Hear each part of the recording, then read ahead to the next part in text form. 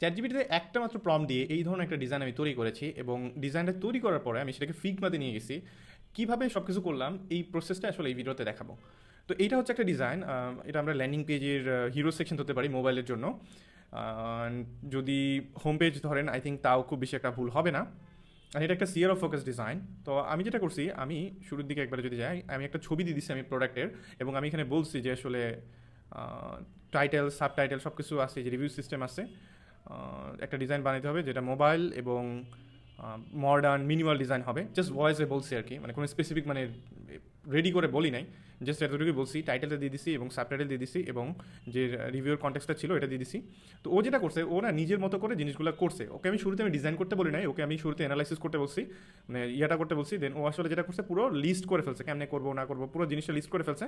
দেন আমি বলছি যে ডিজাইনটা করে দাও। একবারে যে সঠিকভাবে লিখছে তাও না, দেখেন জাস্ট বলছি ভাঙাভাবে। ও পুরো ডিজাইনটা করে দিচ্ছে। তারপর হচ্ছে যে এই প্রোডাক্টটা দিয়ে জাস্ট একটা ডিফারেন্ট ডিজাইন বানায় দাও, কালারটা চেঞ্জ করে দাও, করে দিছে।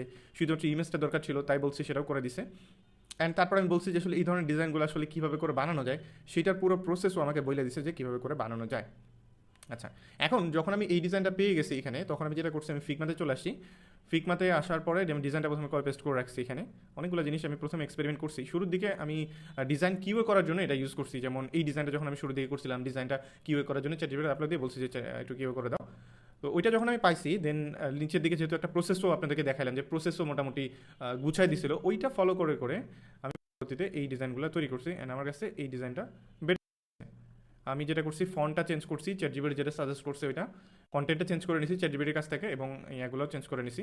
অ্যান্ড এইটার ব্যাপারটা এরকম যে এটা হচ্ছে একটা কালেকশন পেজের জন্য আর কি। এটা হচ্ছে তার অ্যাডভার্টাইজমেন্ট, মানে একটা ভিডিও আর কি, যেটা ফেসবুকে এবং টিকটকে রান করতেছিল তারা।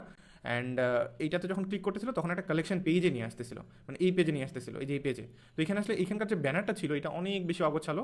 তো আমি চাচ্ছিলাম যে এটাকে একটু বেটার করার জন্য, যাতে জিনিসটা দেখতে অনেক ভালো লাগে, মানুষজন যাতে আসলে আরও বেশি হুক হয়, যেহেতু টাকা ঢালতেছে অ্যাডের পিছনে। সো এই জন্য পরবর্তীতে এইটা ডিজাইন করা। অ্যান্ড এটা ডিজাইন করতে যে অল্প সময়ের মধ্যে করে ফেলছি এমনটা না, কারণ আমি শুরুতে ম্যানুয়ালি এই ডিজাইনগুলো সবগুলো বানাইছি ম্যানুয়ালি।